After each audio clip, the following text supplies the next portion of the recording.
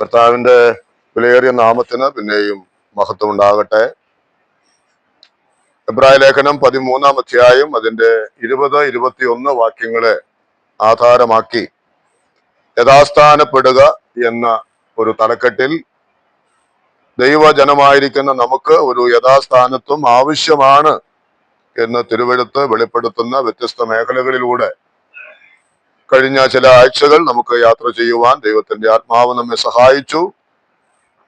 ദൈവമാക്കിയ സ്ഥാനത്ത് ദൈവത്തിന്റെ പിന്നത്തേതിൽ നമ്മെ കാണുവാനായിട്ട് സാധിക്കാതെ വണ്ണം ദൈവകൽപ്പനകളെ ലംഘിക്കുന്നവരായി ദൈവത്തിന്റെ മക്കൾ മാറുവാൻ കാരണമായിട്ട് തീർന്നു. അത് ദൈവജനത്തിന് ഉണ്ടാക്കിയ നഷ്ടങ്ങൾ വളരെ വലുതാണ്. അതുണ്ടാക്കിയ ക്ലേശങ്ങൾ വളരെ വലുതാണ്. എന്നാൽ അവർക്ക് ഒരു മടങ്ങി വരവ് ആവശ്യമാണ്, അവർക്ക് യഥാസ്ഥാനത്വം ആവശ്യമാണ് എന്ന് കണ്ടവനായ ദൈവം തൻ്റെ കൃപയുടെ കരങ്ങൾ പിന്നെയും ദൈവജനത്തിന്റെ മീതെ നീട്ടുന്നത് നമുക്ക് കാണുവാൻ കഴിയും. ദൈവദാസൻ പ്രാർത്ഥനയിൽ ഓർത്തപ്പോൾ പറഞ്ഞതുപോലെ തന്നെ ദൈവം നമ്മുടെ ഓരോരുത്തരുടെയും വ്യക്തിപരമായ ജീവിതത്തെ മനസ്സിലാക്കി നമ്മോട് സംസാരിക്കുന്നവനാണ് ദൈവം. അതെന്തിനാണ് അങ്ങനെ സംസാരിക്കുന്നതെന്ന് ചോദിച്ചാൽ നാം ഒരിക്കലും നശിച്ചു പോകണം എന്നത് ദൈവത്തിന്റെ ഹിതം അല്ല. അതുകൊണ്ടാണ്. അത് ദൈവം നമ്മോട് കാണിക്കുന്ന വളരെ വലിയ ഒരു കൃപയാണ്. തെറ്റുകൾ നമ്മുടെ ജീവിതത്തിൽ സംഭവിക്കാം. എന്നാൽ അത് സംഭവിക്കുമ്പോൾ തന്നെ ദൈവം അത് തെറ്റാണ് എന്ന് നമുക്ക് ഓർമ്മപ്പെടുത്തുന്നത് എത്രയോ അനുഗ്രഹമാണ്. നമുക്കറിയാം, കൈയുടെയും കാലിന്റെയും ഒക്കെ ആ സെൻസ് നഷ്ടപ്പെട്ട് കഴിഞ്ഞാൽ, അവന്റെ കൈക്കോ കാലിനോ ഒരു മുറിവുണ്ടായാൽ അത് അവന് അറിയാതെ പോകുന്നു.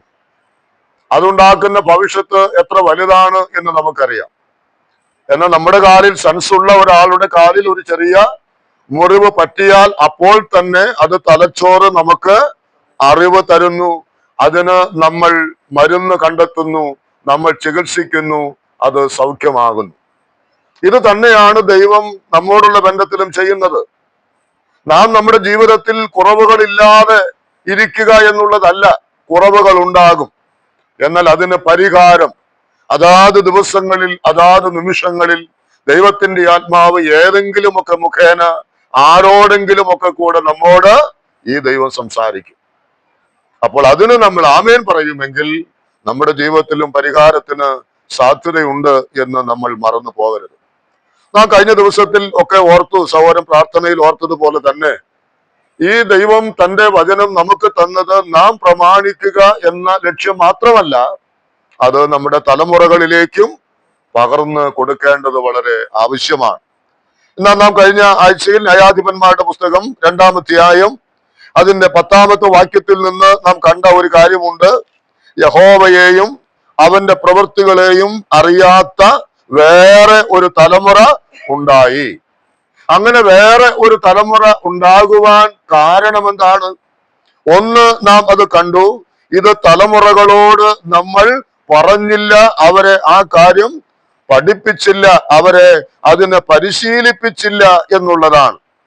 രണ്ടാമത് നമ്മൾ കണ്ടതിന്റെ ഒരു ഭാഗം എന്നുള്ളത്, ദൈവം അവർക്ക് അവകാശമായി നൽകുമെന്ന് വാഗ്ദത്തം ചെയ്തതായ കനാൻ നാട്ടിൽ അവർ ചെന്ന് പാർക്കുമ്പോൾ അവിടെ അവർ എങ്ങനെയാണ് ജീവിക്കേണ്ടത് എന്നുള്ളതായ നിയമം അവർ എന്ത് ചെയ്തില്ല, അവർ അത് പാലിച്ചില്ല എന്നുള്ളതാണ്. നാം കണ്ട ഒരു കാര്യമാണ്, അവര് വിജയിക്കുവാൻ തക്കവണ്ണം യുദ്ധം ചെയ്യുവാൻ മക്കളെ പരിശീലിപ്പിക്കേണ്ടതാണ് എന്ന് മാതാപിതാക്കന്മാരോട് ദൈവം കൽപ്പന കൊടുത്തിരുന്നു. എന്നാൽ എന്താ സംഭവിച്ചത്? മാതാപിതാക്കന്മാർ ദൈവം തങ്ങൾക്ക് തന്നതായിരിക്കുന്ന മക്കളെ അത് പരിശീലിപ്പിച്ചില്ല. അവരെ യുദ്ധം ചെയ്യുവാൻ പരിശീലിപ്പിച്ചില്ല. ജഡത്തിന്റെ മോഹങ്ങളോട് പോരാടുവാൻ അവരെ പഠിപ്പിച്ചില്ല. ഈ ലോകത്തിൽ വിജയകരമായി ജീവിക്കേണ്ടത് എങ്ങനെയെന്ന് അവരെ പരിശീലിപ്പിച്ചില്ല. അതുകൊണ്ട് എന്താ സംഭവിച്ചത്? ദൈവത്തെ അറിയാത്ത ഒരു തലമുറ ഉണ്ടാകുവാൻ അത് കാരണമായിട്ട് തീർന്നു. ഇന്ന് അതിന്റെ മറ്റൊരു മേഖലയിലേക്ക് നമുക്ക് വീണ്ടും കടക്കാം. അവിടെ ഈ കടന്നു ചെല്ലുന്നതായ അല്ലെങ്കിൽ അവർക്ക് പാർക്കുവാൻ തക്കവണ്ണം ദൈവം അവകാശമായി നൽകിയ ആ കനാൻ നാട്ടിൽ അവർ എത്രത്തോളം ഒരു വേർപാട് ജീവിതം നയിക്കണം, അത് ദൈവം അവർക്ക് നൽകിയിരുന്ന ഒരു വലിയ മുന്നറിയിപ്പ് ആയിരുന്നു എന്നുള്ളത് കാണുവാൻ സാധിക്കും. ന്യായാധിപന്മാരുടെ പുസ്തകം 2-ാം അധ്യായം അതിന്റെ 2-ാമത്തെ വാക്യത്തിൽ നമ്മൾ വായിക്കുന്നത്, നിങ്ങൾ ഈ ദേശനിവാസികളോട് ഉടമ്പടി ചെയ്യാതെ അവരുടെ ബലിപീഠങ്ങൾ ഇടിച്ചു കളയണമെന്നും എന്ത് ചെയ്തു? കൽപ്പിച്ചു എന്നാണ്. അപ്പോൾ അവിടെ ചെല്ലുന്ന സമയത്ത്, കനാൻ നാട്ടിൽ അവർ പാർക്കുന്ന സമയത്ത് വ്യക്തമായിരിക്കുന്ന മാർഗനിർദ്ദേശം ദൈവം അവർക്ക് കൊടുത്തിരുന്നു എന്നുള്ളതാണ്.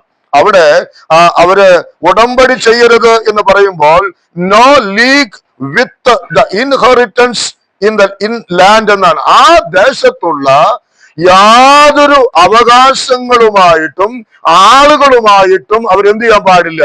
ഒരു ലീഗ് ഉണ്ടാകാൻ പാടില്ല, ഒരു ബന്ധം ഉണ്ടാകാനായിട്ട് പാടില്ല, ഒരു സഖ്യത ഉണ്ടാകുവാൻ പാടില്ലെന്നാണ് ദൈവം പറഞ്ഞത്. ആ ചെന്ന് പാർക്കുന്ന സ്ഥലത്ത് ഒരു സഖ്യത ഉണ്ടാകുവാനായിട്ട് പാടില്ല. അവിടെ എന്നാൽ അതിന് താഴെ വായിക്കുന്നു, എന്നാൽ നിങ്ങൾ എന്റെ വാക്ക് അനുസരിച്ചില്ല. ഇത് ദൈവം ഇസ്രായേലിനോട് എവിടെ വെച്ചാണ് പറഞ്ഞത് എന്നത് നമ്മൾ ഓർക്കണം. നമ്മൾ ചിന്തിക്കേണ്ട കാര്യം, നമ്മെ ദൈവം ആക്കിയിരിക്കുന്നതായ സ്ഥാനത്ത് എത്രയും വേർപാട് നാം പാലിക്കേണ്ടവരാണ് എന്നുള്ള സത്യമാണ് നമ്മൾ പഠിക്കുന്നത്. അതിന് പഴയ നിയമത്തിലെ ചില കാര്യങ്ങൾ ഉദാഹരണമായി നമ്മൾ എടുക്കുന്നു എന്ന് മാത്രമേ ഉള്ളൂ, പഠനത്തിന്റെ അല്പമായ സഹായത്തിന് വേണ്ടി. പുറപ്പാട് പുസ്തകം 23-ാം അധ്യായം അതിന്റെ 32-ാമത്തെ വാക്യം.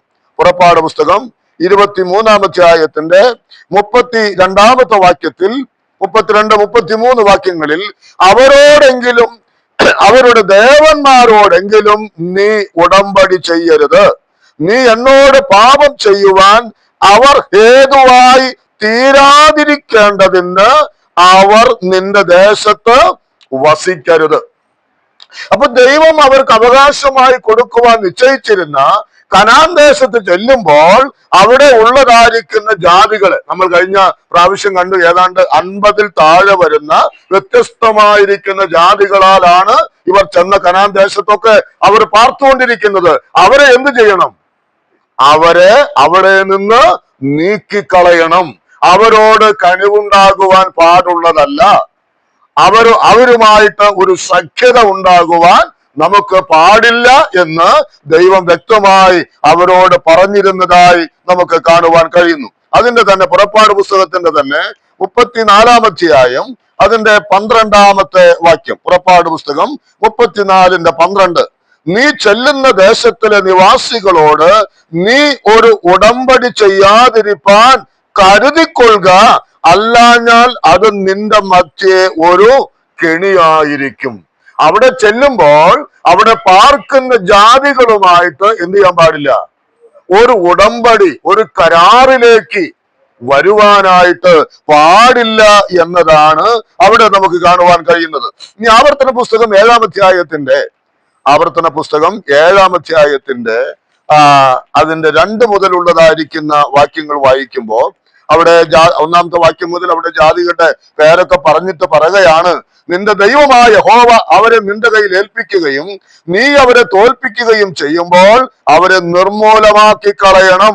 അവരോട് ഉടമ്പടി ചെയ്യുകയോ കൃപ കാണിക്കുകയോ അരുത്. അവരുമായി വിവാഹ സംബന്ധം ചെയ്യരുത്.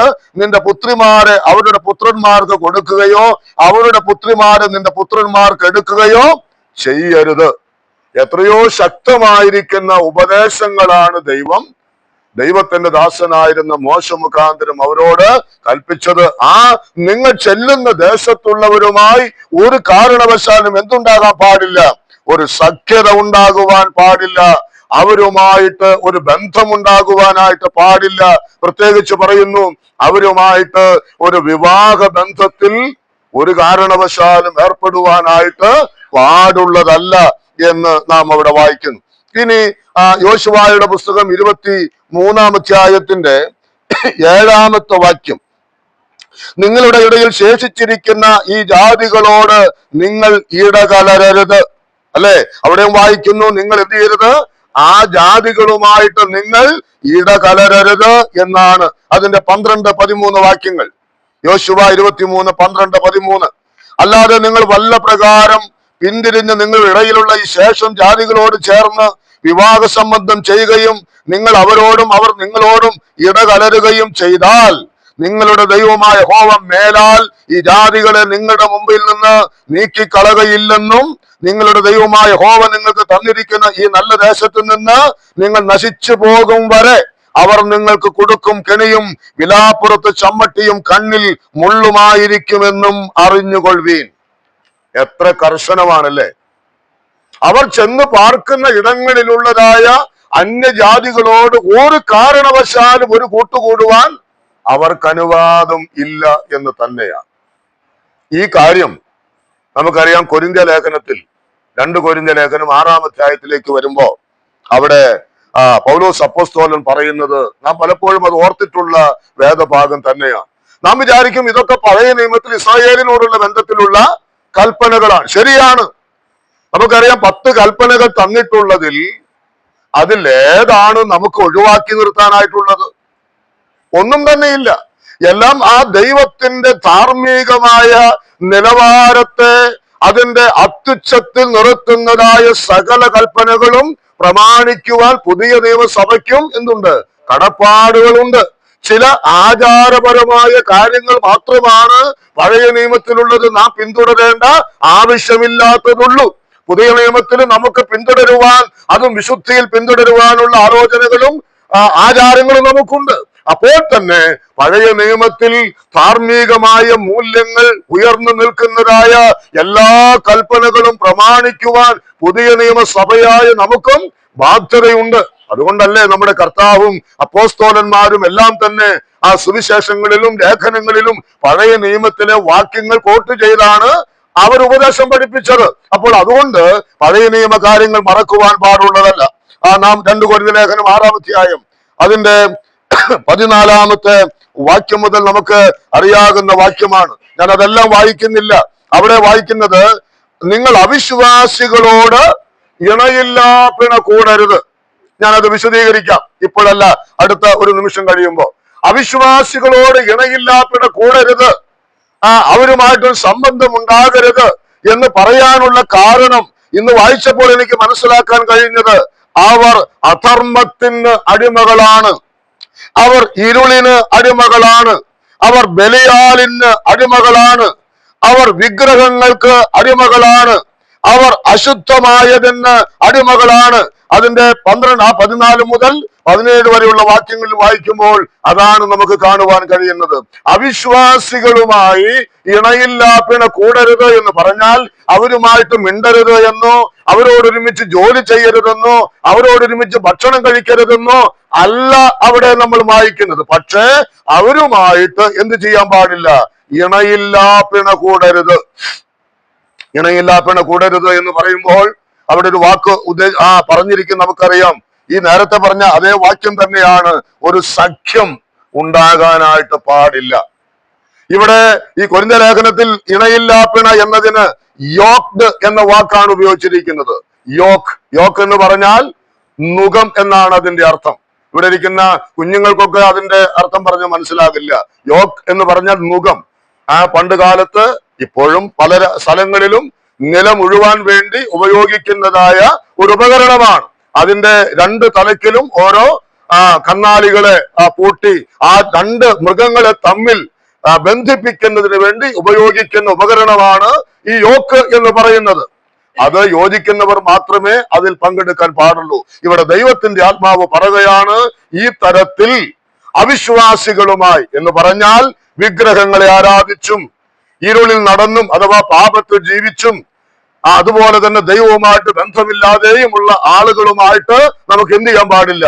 ഒരു വിവാഹ ബന്ധം, ഒരു നുകത്തിന്റെ കീഴിൽ ആയിരിക്കുന്ന അനുഭവത്തിലേക്ക് വരുവാനായിട്ട് പാടുള്ളതല്ല എന്നാണ് ഇവിടെ പഴയ നിയമത്തിൽ മോശെ മുഖാന്തരം പറഞ്ഞതായ തിരുവെഴുത്തുകളെ അപ്പോസ്തലനായിരുന്ന പൗലോസ് എടുത്തുകൊണ്ട് വന്ന് അത് രേഖപ്പെടുത്തി വച്ചിരിക്കുന്നതാണ് നമുക്ക് ഇവിടെ കാണുവാനായിട്ട് കഴിയുന്നത്. അപ്പോൾ നമ്മൾ ഓർക്കണം, ദൈവത്തിന്റെ മക്കളായിരിക്കുന്ന നാം ഒരു കാരണവശാലും ഈ ജാതികളുടെ മര്യാദ നമ്മുടെ ജീവിതത്തിലേക്ക് പകർത്തുവാൻ നമുക്ക് അനുവാദം ഇല്ല തന്നെ. ജാതികൾ എങ്ങനെയൊക്കെയെങ്കിലും ജീവിക്കേണ്ടത് അവരുടെ മാർഗമാണ്. പക്ഷെ രക്ഷിക്കപ്പെട്ട് വേർപെട്ടതായ ദൈവത്തിന്റെ മക്കൾ, അവിശ്വാസികൾ ജീവിക്കുന്നത് പോലെ ജീവിക്കുവാൻ പാടില്ല. വിഗ്രഹങ്ങളെ ആരാധിക്കുന്നവർ ജീവിക്കുന്നത് പോലെ, മദ്യപാനികൾ ജീവിക്കുന്നത് പോലെ, ഈ ലോകത്തിന്റെ മോഹങ്ങൾ കരുവപ്പെട്ട് ജീവിക്കുന്നവരെ പോലെ ജീവിക്കുവാനുള്ള അവകാശം ദൈവത്തിന്റെ മക്കളായ നമുക്ക് ഇല്ല എന്നുള്ളത് നമ്മൾ വ്യക്തമായി മനസ്സിലാക്കേണ്ട ഒരു കാര്യമാണ്. അപ്പോൾ അവിടെ പറഞ്ഞിരിക്കുന്നത് എന്താണ്? അന്യരുമായിട്ട് അഥവാ അവിശ്വാസികളുമായിട്ട്, ജാതികളുമായിട്ട്, പഴയ നിയമത്തിൽ അവിടെ വായിച്ചതുപോലെ നിങ്ങൾ ചെന്ന് പാർക്കുന്ന ഇടങ്ങളിലുള്ള ജാതികളുമായിട്ട് നിങ്ങൾ വിവാഹ ബന്ധത്തിൽ ഏർപ്പെടുവാനായിട്ട് പാടുള്ളതല്ല എന്നാണ് വചനം. ഇന്ന് നമുക്കറിയാം ഇതൊക്കെ എത്രയോ ദൈവമക്കളുടെ ഇടയിൽ ഇന്ന് എത്രയോ അതൊക്കെ നടക്കുന്നു. ദുഃഖകരമെന്നല്ലാതെ നമുക്ക് അതിൽ വേറെ ഒന്നും പറയാനായിട്ട് ഇല്ല എന്നുള്ളത് ഞാൻ ഓർമ്മപ്പെടുത്തട്ടെ.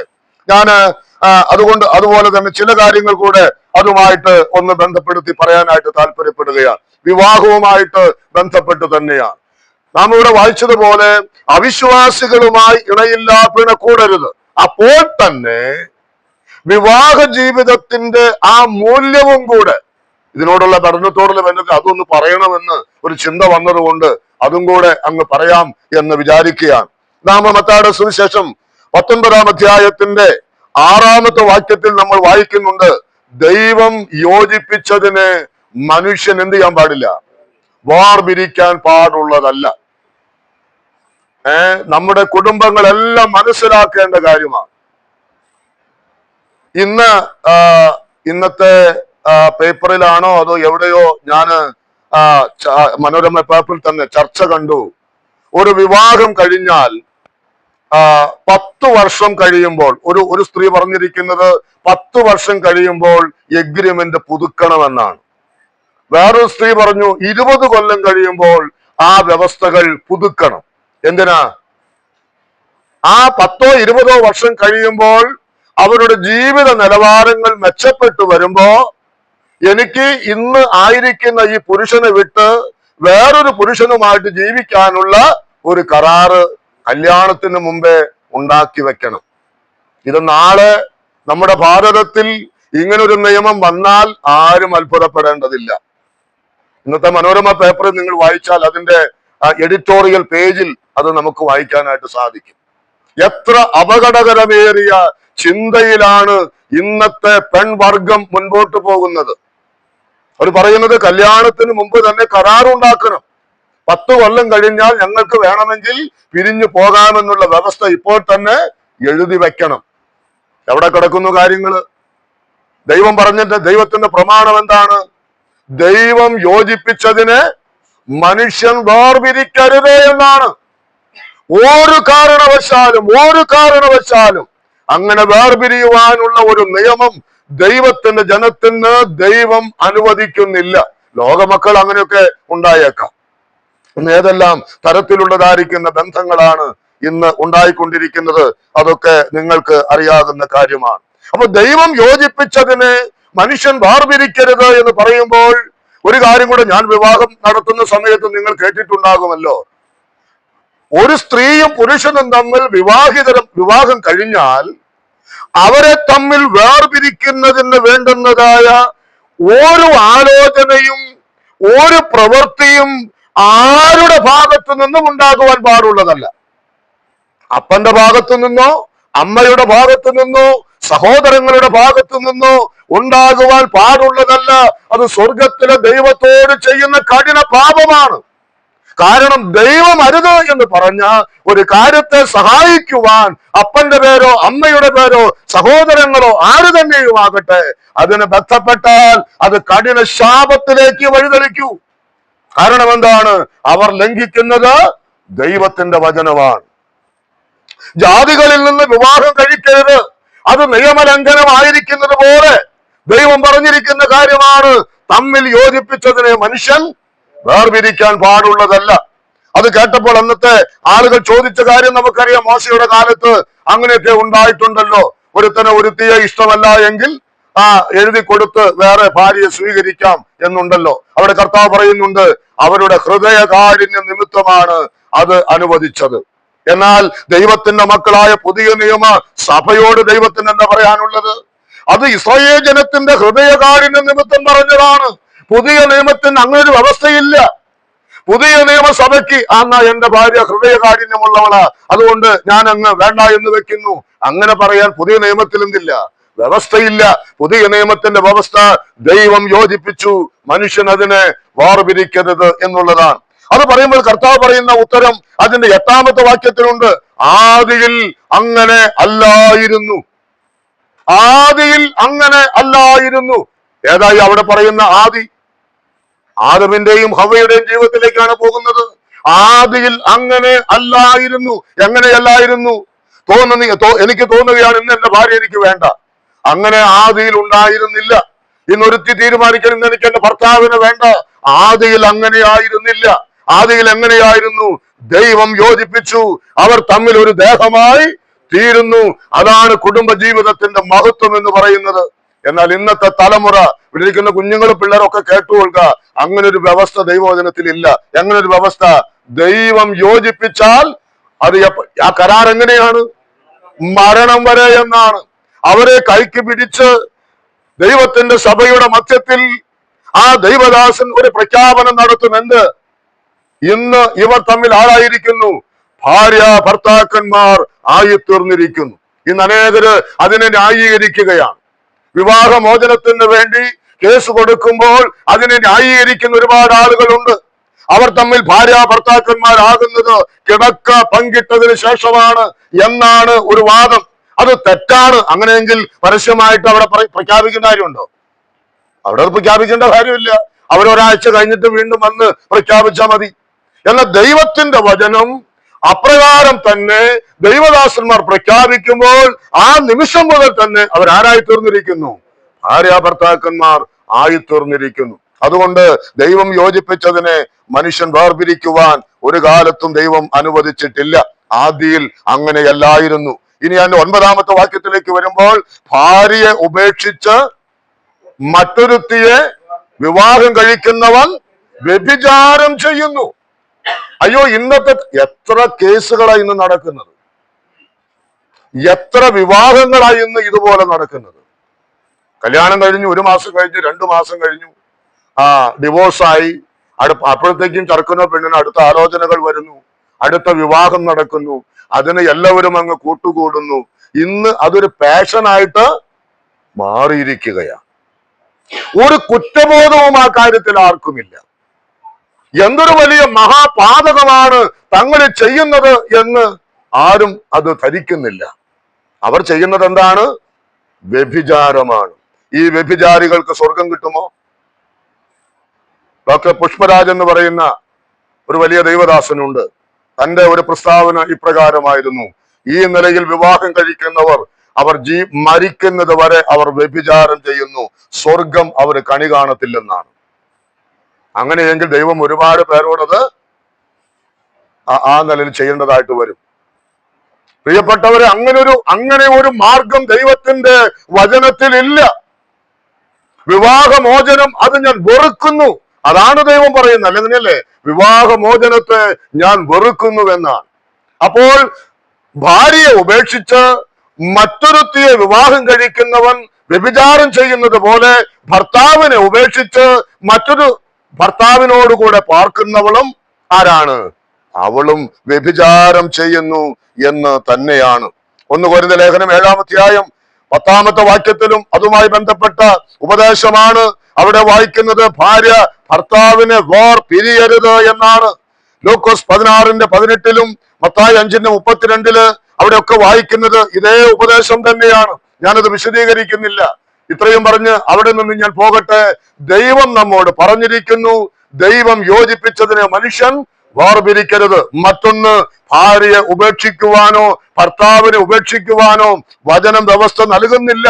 അഥവാ ഉപേക്ഷിച്ചാൽ വിവാഹം കൂടാതെ പാർത്തുകൊള്ളണം. അതാണ് ദൈവത്തിന്റെ വചനം. അതുകൊണ്ട് ഈ നിയമത്തെ ഇന്ന് അനേകർ ലാഘവമായി കാണുകയാണ്.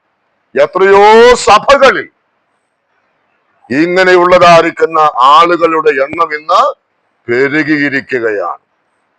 എനിക്കിഷ്ടമില്ല, എനിക്ക് ഉപേക്ഷിക്കാം, അടുത്തയാളെ വിവാഹം കഴിക്കാം. ഇത് ഞാൻ എൻ്റെ മക്കൾക്ക് നൽകുന്ന സന്ദേശം എന്താ? അല്ലെ, ഇത് ഞാൻ എൻ്റെ തലമുറയ്ക്ക് നൽകുന്ന ആ സന്ദേശം എന്താണ്?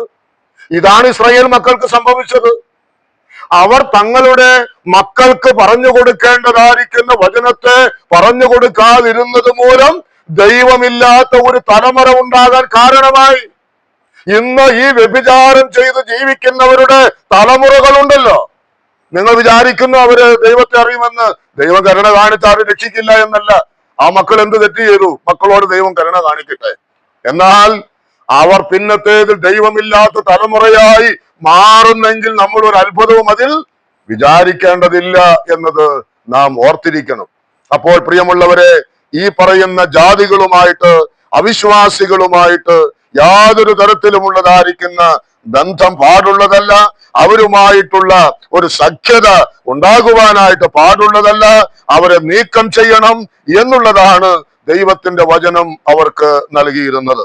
എന്നാൽ ന്യായാധിപന്മാരുടെ പുസ്തകം 1-ാം അധ്യായം അതിന്റെ 19-ാമത്തെ വാക്യത്തിലേക്ക് വരുമ്പോൾ, ന്യായാധിപന്മാരുടെ പുസ്തകം 1-ന്റെ 19-ാമത്തെ വാക്യങ്ങളിൽ അതിന്റെ ചില വാക്യങ്ങൾ ഞാനങ്ങ് പറയാം. അതിന്റെ 19-ാമത്തെ വാക്യം, പിന്നീട് അതിന്റെ 21-ാമത്തെ വാക്യം, പിന്നീട് 27, 29, 30, 31, 33 വാക്യങ്ങളൊക്കെ നമ്മൾ വായിച്ചാൽ അവർ താഴ്വരയിലുള്ള അല്ലെങ്കിൽ നീക്കിക്കളയണമെന്ന് ആരെ കുറിച്ചാണോ പറഞ്ഞത് അവർ എന്ത് ചെയ്തില്ല? നീക്കിക്കളഞ്ഞില്ല. അവരെന്ത് ചെയ്തില്ല? അവരെ നീക്കിക്കളഞ്ഞില്ല. ആരെയെല്ലാം നീക്കിക്കളയണം എന്ന് ദൈവം പറഞ്ഞുവോ അവരെ നീക്കിക്കളഞ്ഞില്ല എന്ന് മാത്രമല്ല, അവിടെ നമ്മൾ വായിക്കുന്ന 28-ാമത്തെ വാക്യത്തിലേക്ക് വരുമ്പോൾ അവിടെ വായിക്കുന്നൊരു വാക്കുണ്ട്. ഇസ്രായേലിന് ബലം കൂടിയപ്പോൾ അവർ കനാന്യരെ മുഴുവനും നീക്കിക്കളയാതെ അവരെ കൊണ്ട് ഊഴിയ വേല ചെയ്യിപ്പിച്ചു. അത് 30-ാമത്തെ വാക്യത്തിൽ നാം അങ്ങനെ കാണുന്നുണ്ട്. അതുപോലെ താഴെയുള്ള വാക്യങ്ങളിലും അതിന്റെ 33-ാമത്തെ വാക്യത്തിന്റെ ഒടുവിലത്തെ വാക്കിലും നാം അങ്ങനെ കാണുന്നുണ്ട്. നീക്കിക്കളയാതെ ഇവർ ശേഷിപ്പിച്ചതായിരിക്കുന്ന ജാതികളെ ഇവർ ആരാക്കി തീർത്തു? ഇവരുടെ ഊഴിയ വേലക്കാരാക്കി തീർത്തു. അവർ വലിയ ന്യായീകരണങ്ങൾ കണ്ടെത്തി. ഇന്നത്തെ ദൈവമക്കൾ എന്ന് വേർപെട്ടവർ പറയുന്നത് പോലെ തന്നെ ഇവരും ഒരുപാട് ന്യായങ്ങൾ കണ്ടെത്തി. എല്ലാവരും ഒന്ന് നീക്കി കളയണ്ട. കുറെ പേരൊക്കെ യുദ്ധം ചെയ്ത് കൊന്നു കളഞ്ഞു. എന്നാൽ ബാക്കിയുള്ളവരെ അവരെന്ത് ചെയ്തു? ഞങ്ങൾക്ക് വിറക് വെട്ടാനും അതുപോലെ വെള്ളം കോരാനും പാടത്ത് പണിയെടുക്കാനും അവരുടെ അടിമകളാക്കി ഇവരെന്ത് ചെയ്തു? ഇവരെ ശേഷിപ്പിച്ചു എന്നാണ്. എന്നാൽ ഒരു വാക്ക് അതിന്റെ 19-ാമത്തെ വാക്യം വായിക്കുമ്പോൾ 1-ന്റെ-19, എന്നാൽ താഴ്വരയിലെ നിവാസികൾക്ക് ഇരുമ്പ് രഥങ്ങൾ ഉണ്ടായിരുന്നത് കൊണ്ട് അവരെ നീക്കിക്കളവാൻ കഴിഞ്ഞില്ല. 4-ാം അധ്യായത്തിന്റെ 3-ാമത്തെ വാക്യത്തിൽ വായിക്കുന്നു, അവന് 900 ഇരുമ്പ് രഥം ഉണ്ടായിരുന്നു. അവൻ ഇസ്രായേൽ മക്കളെ 20 സംവത്സരം കഠിനമായി ഞെരുക്കിയത് കൊണ്ട് ഇസ്രായേൽ മക്കളെ യഹോവയോട് നിലവിളിച്ചു. അപ്പൊ നീക്കിക്കളയാൻ പറഞ്ഞവരെ നീക്കിക്കളയാതിരുന്നതിന്റെ ഒരു കാരണമായിട്ട് നാം അവിടെ വായിക്കുന്നത് അവർക്കൊക്കെ എന്തുണ്ടായിരുന്നു? ഇരുമ്പ് രഥങ്ങൾ ഉണ്ടായിരുന്നു. ഇവർക്ക് തോന്നി ഈ ഇരുമ്പ് രഥങ്ങളെ നശിപ്പിക്കാനുള്ള കഴിവൊന്നും ഞങ്ങൾക്ക് ഇല്ല. അതുകൊണ്ട് എന്ത് ചെയ്തു? ഇരുമ്പ് രഥങ്ങൾ ഉണ്ടായിരുന്നവര് ഇവർ ഭയപ്പെട്ടു. എന്ന 4-ാം അധ്യായത്തിലേക്ക് വരുമ്പോൾ നാം എന്താ വായിക്കുന്നത്? അവർ ഇസ്രായേൽ മക്കളെ 20 സംവത്സരം എന്ത് ചെയ്തു എന്നാണ്? കഠിനമായി ഞെരുക്കി. എന്തിനെ വിട്ടുമാറണം, എന്തിനെ ഉപേക്ഷിക്കണം, എന്തിനെ നശിപ്പിക്കണം എന്ന് ദൈവം പറഞ്ഞുവോ അതിനെ നീക്കിക്കളയാതെ അവരുടെ ജീവിതത്തെ ശേഷിപ്പിച്ചത് കൊണ്ട് എന്താ സംഭവിച്ചത്? അതിനാൽ ഇവർ ഞെരുങ്ങുവാൻ കാരണമായി. അവർക്ക് മുൻപോട്ട് പോകുവാൻ വയ്യാതെ വണ്ണം ഒരു വലിയ നിലവിളിയിലേക്ക് ഇസ്രായേൽ മക്കൾ മാറുവാൻ അത് കാരണമായിട്ട് തീർന്നു. എൻ്റെ പ്രിയ ദൈവമക്കളെ, ഇന്ന് നാം ഈ വചനം പഠിക്കുമ്പോൾ നമ്മളും ഓർക്കണം, ദൈവം ഒരു കാര്യം ഇഷ്ടപ്പെടുന്നില്ലെങ്കിൽ അത് ഇഷ്ടപ്പെടുന്നില്ല, എനിക്കും അങ്ങനെ തന്നെ എന്ന് പറയാൻ നമുക്ക് കഴിയണം. ഏതെങ്കിലും ഒന്നിനെ നമ്മൾ രഹസ്യമായി സൂക്ഷിച്ചാൽ നാളെ അത് നീക്കിക്കളയാൻ പറ്റാതെ വണ്ണം നമുക്ക് അത് വലിയ തടസ്സമായിട്ട് മാറും. ഇവിടെ ആ വാക്ക് നമ്മൾ ഒന്നുകൂടെ വായിക്കുമ്പോൾ നമുക്കത് മനസ്സിലാക്കാനായിട്ട് കഴിയും. അതിന്റെ 33 അതിന്റെ 2-ാം അധ്യായത്തിന്റെ 1-ാം അധ്യായത്തിന്റെ 33 വാക്യത്തിൽ നമ്മൾ കണ്ടു, ഒഴിയ വേലക്കാരാക്കി അവർ തീർത്തു. ഇനി അതിന്റെ 2-ാം അധ്യായത്തിന്റെ 3-ാമത്തെ വാക്യം, അതുകൊണ്ട് ഞാൻ അവരെ നിങ്ങളുടെ മുമ്പിൽ നിന്ന് നീക്കിക്കളകയില്ല, അവർ നിങ്ങളുടെ വിലാപ്പുറത്ത് മുള്ളായിരിക്കും, അവരുടെ ദേവന്മാർ നിങ്ങൾക്ക് കെണിയായും ഇരിക്കും. നീക്കിക്കളയേണ്ടതിനെ നീക്കിക്കളയുന്നില്ല എങ്കിൽ അത് വിലാപ്പുറത്ത് മുള്ളായിട്ട് ശേഷിക്കും. ഏതാ ഈ വിലാപ്പുറം? പുറമല്ല, യേശുക്രിസ്തുവിന്റെ വിലാപ്പുറത്ത് കുത്തി എന്ന് പറഞ്ഞാൽ ചങ്കാണല്ലേ, ശങ്കിലാണ്. ശങ്കിൽ മുള്ളായിരിക്കുമെന്ന് പറഞ്ഞാൽ എന്താ അർത്ഥം? മരിക്കുന്നത് വരെ ഒരു വേദനയായിട്ട് അത് മാറുമെന്നാണ്. അങ്ങനെ വേണോ നമുക്ക്? മരിക്കുന്നത് വരെ എന്താ പറയുന്ന, നമ്മെ ഇടവിടാതെ ഇങ്ങനെ കുത്തിക്കൊണ്ടിരിക്കുന്ന ഒരു മുള്ളായിട്ട് നാം ചെയ്തതായിരിക്കുന്ന പ്രവൃത്തിയുടെ ഒരു അനന്തര ഫലം നമ്മിൽ ശേഷിക്കുവാൻ വേണമോ? വേണ്ട എങ്കിൽ എന്ത് ചെയ്താൽ മതി? കർത്താവ് അരുത് എന്ന് പറഞ്ഞ കാര്യത്തെ സോറി എന്ന് പറഞ്ഞ് കർത്താവിന്റെ മുമ്പിൽ നമ്മൾ സമ്മതിച്ചാൽ മതി. അല്ല എങ്കിൽ ഊണിലും ഉറക്കത്തിലും ഏത് സമയത്തും അതെന്തായിട്ട് മാറും? ഒരു മുള്ളായിട്ട് മാറും. ഞാൻ നേരത്തെ ആ യോശുവയുടെ പുസ്തകം 7-ാം അധ്യായത്തിലല്ലേ ഒരു വാക്യം നമ്മൾ വായിച്ചത്? അതിന്റെ യോശുവയുടെ പുസ്തകം 7-ാം അധ്യായം 12, 13 അതിനകത്തല്ലേ നമ്മൾ വായിച്ചത്? ആവർത്തനം യോശുവ അത് തന്നെ 23-ന്റെ 13-ാമത്തെ വാക്യം. അതിന്റെ ഒടുവിൽ ഈ നല്ല ദേശത്തു നിന്ന് നിങ്ങൾ നശിച്ചു പോകും വരെ അവർ നിങ്ങൾക്ക് കുടുക്കും, കെണിയും വിലാപ്പുറത്ത് ചമ്മട്ടിയും കണ്ണിൽ മുള്ളുമായിരിക്കുമെന്ന് അറിഞ്ഞുകൊള്ളുക. കുടുക്കായിരിക്കും, കെണിയായിരിക്കും, വിലാപ്പുറത്ത് ചമ്മട്ടിയാകും, കണ്ണില് മുള്ളു. കണ്ണില് കരട് പോയാൽ തന്നെ നമുക്ക് അസ്വസ്ഥതയാണ്, അപ്പൊ പിന്നെ മുള്ളു പോയാലോ? അപ്പോൾ ആ നിലയിൽ നമ്മുടെ ക്രിസ്തീയ ജീവിതത്തിൽ ദൈവം അരുത് എന്ന് പറഞ്ഞ കാര്യം ഞാനും നിങ്ങളും പിന്തുടർന്നാൽ, നീക്കിക്കളഞ്ഞില്ലെങ്കിൽ, മാറ്റിക്കളഞ്ഞില്ലെങ്കിൽ അവ പിന്നത്തേതിൽ നമ്മുടെ കണ്ണില് ഒരു മുള്ളായിട്ട് അത് ശേഷിക്കും. എന്തൊരു അസ്വസ്ഥതയുള്ളതായ ഒരു ജീവിതമായിട്ട് അത് മാറും. ജീവിക്കാം എന്ന് മാത്രമേ ഉള്ളൂ, അത് വളരെ അസ്വസ്ഥതയുള്ള ഒരു ജീവിതമായിട്ട് അത് മാറും. അതുപോലെ തന്നെ അവരുടെ ദേവന്മാര് ഒരു കെണി എന്ന നിലയിൽ ആയിത്തീരുവാനും ഇടയായിത്തീരും. 106-ാം സങ്കീർത്തനത്തിലേക്ക് ഒന്ന് വരാം. 106-ാം സങ്കീർത്തനത്തിന്റെ 34 മുതൽ അതിന്റെ 37 വരെയുള്ള വാക്യങ്ങൾ. 106-ാം സങ്കീർത്തനം 34 മുതൽ, യഹോവ തങ്ങളോട് നശിപ്പിക്കാൻ കൽപ്പിച്ചതുപോലെ അവർ ജാതികളെ നശിപ്പിച്ചില്ല. ദൈവം നമ്മോട് പറയുന്നത് പോലെ നമ്മൾ എന്ത് ചെയ്യണം? നമ്മൾ ചെയ്യണം. ഇന്നത് തെറ്റാണ്, നീ അത് ചെയ്യരുത് എന്ന് ദൈവവചനത്തിന്റെ അടിസ്ഥാനത്തിൽ ദൈവത്തിന്റെ ആത്മാവിൽ ദൈവം നമ്മോട് പറയുമ്പോൾ അത് പിന്നെ ആവർത്തിക്കുവാൻ നാം തയ്യാറാകരുത്. അവിടെ വായിക്കുന്നത് അവർ എന്ത് ചെയ്തില്ലെന്നാണ്? ദൈവം കൽപ്പിച്ചതുപോലെ അവർ ജാതികളെ നശിപ്പിച്ചില്ല. പിന്നെന്താ ചെയ്തത്? അവർ ജാതികളോട് ഇടകലർന്ന് അവരുടെ പ്രവർത്തികളെ പഠിച്ചു. ജാതികളുടെ പ്രവർത്തികൾ നിങ്ങൾ പഠിച്ചു. ഇന്ന് അതല്ലേ സത്യം? ദൈവമക്കളൊക്കെ ഇന്ന് മാതൃകയാക്കുന്നത് ആരെയാ? വസ്ത്രധാരണത്തിലാകട്ടെ, ജീവിത സാഹചര്യങ്ങളിലാകട്ടെ ഒക്കെ മാതൃകയാക്കുന്നത് ആരെയാ? ഈ ജാതികളെയാണ്. അത് അരുത് എന്നാണ് ദൈവത്തിന്റെ വചനം. ജാതികളെ പോലെ ജീവിക്കുവാൻ നമുക്ക് അധികാരമില്ല. വീണ്ടും വായിക്കുന്നു 36, അവരുടെ വിഗ്രഹങ്ങളെയും സേവിച്ചു, അവ അവർക്കൊരു കെണിയായി തീർന്നു. തങ്ങളുടെ പുത്രന്മാരെയും പുത്രിമാരെയും അവർ ഭൂതങ്ങൾക്ക് ബലി കഴിച്ചു. കേട്ടോ, അവര് ആ പോകുന്ന പോക്ക് കണ്ടോ? ദൈവം അരുത് എന്ന് പറഞ്ഞതിന് അവർ അനുസരിച്ചത് നിമിത്തം എന്താ ഉണ്ടായത്?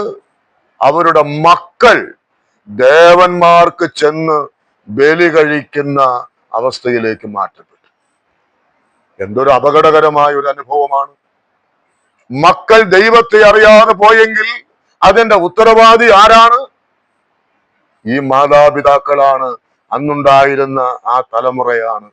നാളെ പ്രിയമുള്ളവരെ, നാമും നമ്മുടെ തലമുറകളും ഈ ദൈവത്തെ സേവിക്കുവാൻ ഇടയാകണമെങ്കിൽ ഈ നിലയിലുള്ള ഒരു വേർപാട് ജീവിതം നമുക്കും ഉണ്ടാകുവാൻ ആവശ്യമാണ്. ഈ ജാതികളുടെ പുറകെ പോകുവാൻ ദൈവത്തിന്റെ മക്കളായ നമുക്ക് ദൈവം അനുവാദം തന്നിട്ടില്ല എന്നുള്ളത് നമ്മൾ ഓർക്കണം. എഫെസ്യ ലേഖനം 4-ാം അധ്യായം അതിന്റെ 17-ാമത്തെ വാക്യത്തിൽ നമ്മൾ വായിക്കുന്നത് എന്താണ്? ജാതികൾ തങ്ങളുടെ വ്യർത്ഥ ബുദ്ധി അനുസരിച്ച് നടക്കുന്നത് പോലെ നിങ്ങൾ ഇനി നടക്കരുത് എന്നാണ്. ജാതികൾ തങ്ങളുടെ അന്ധബുദ്ധി, അവരുടെ വ്യർത്ഥബുദ്ധി അനുസരിച്ച് നടക്കുന്നത് പോലെ നിങ്ങൾ നടക്കരുത്. ഞാൻ ഈ ദിവസങ്ങളിലൊക്കെ ഓർത്ത കാര്യമുണ്ട്, കർത്താവെ, ഒരു കോവർ കഴുതയായിട്ട് ഞാൻ മാറരുത്, ബുദ്ധിയില്ലാത്തൊരു കുതിരയെ പോലെ ഞാൻ ആകരുത്. എന്താ കാരണം? ദൈവം അങ്ങനെയാണ് പറഞ്ഞിട്ടുള്ളത്. ഞാൻ നിങ്ങളുടെ മേൽ ദൃഷ്ടി വെച്ച് നിനക്ക് ആലോചന പറഞ്ഞു തരും. നിങ്ങൾ ബുദ്ധിയില്ലാത്ത കുതിരയെയും കോവർ കഴുതയെയും പോലെ ആകരുത് എന്ന് പറഞ്ഞാൽ ദൈവാത്മാവിന്റെ ബന്ധം നഷ്ടപ്പെട്ട ഒരു ജീവിതം എനിക്ക് വേണ്ട. ഒരു ബോധവുമില്ലാത്തതുപോലെ എവിടെയും ചെന്ന് കയറി എന്തും കണ്ടും കേട്ടും പറഞ്ഞും പ്രവർത്തിച്ചും പോകുന്ന ഒരു ജീവിതം എനിക്ക് വേണ്ട. എനിക്ക് വേണ്ട ജീവിതം എന്താണ്? ദൈവത്തിന്റെ ആത്മാവിനാൽ നിയന്ത്രിക്കപ്പെടുന്നതായ ഒരു ക്രിസ്തീയ ജീവിതം. അതെത്രയോ അനുഗ്രഹമായ ഒരു ജീവിതമാണ്. അത് നമ്മൾ ഓർക്കണം. അതുപോലെ തന്നെ അത് 22 മുതൽ 24 വരെയുള്ള വാക്യങ്ങളിൽ നമ്മൾ വായിക്കുന്നത്, മുമ്പിലത്തെ നടപ്പ് സംബന്ധിച്ച് ചതിമോഹങ്ങളാൽ വഷളായി പോകുന്ന പഴയ മനുഷ്യനെ ഉപേക്ഷിച്ച് നിങ്ങളുടെ ഉള്ളിലെ ആത്മാവ് സംബന്ധമായി പുതുക്കം പ്രാപിച്ച് സത്യത്തിന്റെ ഫലമായ നീതിയിലും വിശുദ്ധിയിലും ദൈവാനുരൂപമായി സൃഷ്ടിക്കപ്പെട്ട പുതുമനുഷ്യനെ ധരിച്ചുകൊള്ളുക. പഴയ മനുഷ്യനെ ഉപേക്ഷിക്കുക. അതേ കർത്താവ്, എനിക്കത് വേണ്ട, എനിക്കത് വേണ്ട. ഈ പഴയ മനുഷ്യനെ കൊണ്ട് അത് എന്റെ ആത്മീക ജീവിതത്തെ നശിപ്പിക്കുന്നതാണ്, എനിക്കത് വേണ്ട എന്ന് ദൈവത്തോട് തുറന്ന് നാം സമ്മതിക്കണം.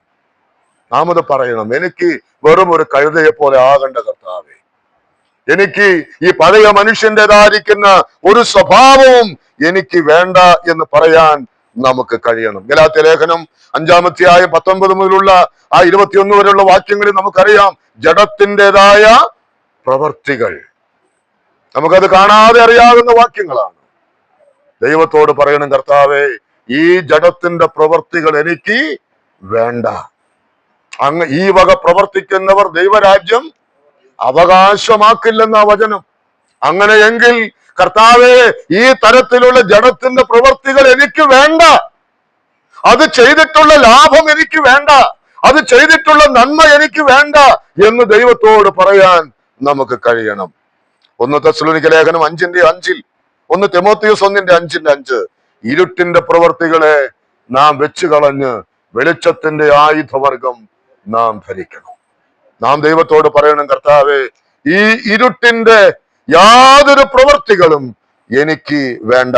കൊലോസ്യ ലേഖനം 3:5, പഴയ മനുഷ്യന്റെ പ്രവർത്തികൾ എനിക്ക് വേണ്ട എന്ന് പറയുവാൻ നമുക്ക് സാധിക്കേണ്ടത് വളരെ ആവശ്യമാണ്. ഞാൻ ഇന്നത്തെ ക്ലാസ് അവസാനിപ്പിക്കുമ്പോൾ ഓർമ്മപ്പെടുത്തട്ടെ, നമ്മുടെ ദൈവം ഇസ്രായേലിനോട് പറഞ്ഞു, നിങ്ങൾക്ക് അവകാശമായിട്ട് ഞാൻ തരുന്ന ദേശത്ത് നിങ്ങൾ ചെല്ലുമ്പോൾ അവരുമായിട്ടുള്ള ഒരു സഖ്യത നിങ്ങൾക്കുണ്ടാകുവാൻ പാടുള്ളതല്ല. എന്നാൽ അവർ എന്ത് ചെയ്തില്ല? അവരതിനെ നീക്കിക്കളയാതെ ചിലരെയൊക്കെ ശേഷിപ്പിച്ചു. പിന്നത്തേതിൽ അവർക്ക് കെണിയായി, അതവർക്ക് മുള്ളായി, അതവർക്ക് വേദനയായിട്ട് മാറി. ഒടുവിലത്തെ അതിന്റെ ഫലം എന്തായിരുന്നു? ദൈവത്തെ അറിയാത്ത ഒരു തലമുറയെ ഉണ്ടാക്കുവാൻ അത് കാരണമായിട്ട് തീർന്നു. ഇങ്ങനെയുള്ള ഒരു ഗതികെട്ട അനുഭവം നമുക്കുണ്ടാകരുത്. നാം കഴിഞ്ഞാൽ അയ്യോ നമ്മുടെ മക്കളാരും ഈ ദൈവത്തെ അറിയാതെ പോയല്ലോ എന്ന് പറയാൻ ഇടവരുത്താതെ നാമും നമ്മുടെ മക്കളും അവരുടെ മക്കളും ദൈവം നമുക്ക് ആയുസ് തരുന്നെങ്കിൽ അവരുടെ മക്കളെയും കാണുമ്പോ ഈ വലിയവനായ ദൈവത്തെ സേവിക്കുന്ന തലമുറയായി കാണുവാൻ ഇടവരുത്തുമാറാകട്ടെ. നമുക്കിതിലൊക്കെ ഒരു യഥാസ്ഥാനത്വം വളരെ ആവശ്യമാണ്. മക്കളെക്കാൾ മുൻപ് ഇതാർക്കാണ് ആവശ്യം? നമുക്കാണ് ആവശ്യം. മക്കളെക്കാൾ കൂടുതൽ അവർക്ക് നാം പറഞ്ഞു കൊടുക്കുന്നതിനേക്കാൾ, നാം അങ്ങനെയാണല്ലോ കർത്താവിനെ കുറിച്ച് പറയുന്നത്, അവൻ ചെയ്തും ഉപദേശിച്ചും. നാം നമ്മുടെ മക്കൾക്ക് ഒരു മാതൃകയായിരിക്കണം. ഏത് കാര്യത്തിലും നാം അവർക്കൊരു മാതൃകയായി നിൽക്കുമ്പോൾ അത് നമ്മുടെ ജീവിതം, നമ്മുടെ സാമ്പത്തിക മേഖല എന്ന് വേണ്ട സമസ്ത മേഖലകളും നാം നമ്മുടെ മക്കൾക്ക് ഒരു മാതൃകയായിട്ട് നിൽക്കുമ്പോൾ അവരെ ഉപദേശിക്കാതെ തന്നെ അവർ ഈ കർത്താവിന്റെ പിന്നാലെ അനുഗമിക്കുവാൻ കാരണമായിട്ട് തീരും. ദൈവം നമ്മെ സഹായിക്കട്ടെ. ഏതൊക്കെ വിഷയങ്ങളിൽ കർത്താവെ ഞാൻ തെറ്റിപ്പോയിട്ടുണ്ട് എന്നുള്ളത് ഇന്ന് രാത്രി ദൈവം നമ്മെ കേൾപ്പിച്ചത് അത് മനസ്സിലാക്കി ഒരു യഥാസ്ഥാനത്വം നമ്മുടെ ക്രിസ്തീയ ജീവിതത്തിൽ ഉണ്ടാകട്ടെ. ഈ പുതിയ വർഷത്തിലേക്ക് നാം പ്രവേശിച്ചിരിക്കുമ്പോൾ ഒരു പുതിയ സമർപ്പണം, പുതിയ തീരുമാനം നമ്മിൽ ഉണ്ടാകട്ടെ. നമ്മുടെ കർത്താവിന്റെ വരവ് ഏറ്റവും അടുത്തിരിക്കുന്നു. അതിനുള്ളതായിരിക്കുന്ന ഒരുക്കം നമുക്കുണ്ടാകുവാൻ ഈ നാളുകളിൽ ദൈവാത്മാവ് നമ്മെ സഹായിക്കട്ടെ. അവന്റെ വിലയേറിയ നാമം വാഴ്ത്തപ്പെടുമാറാകട്ടെ.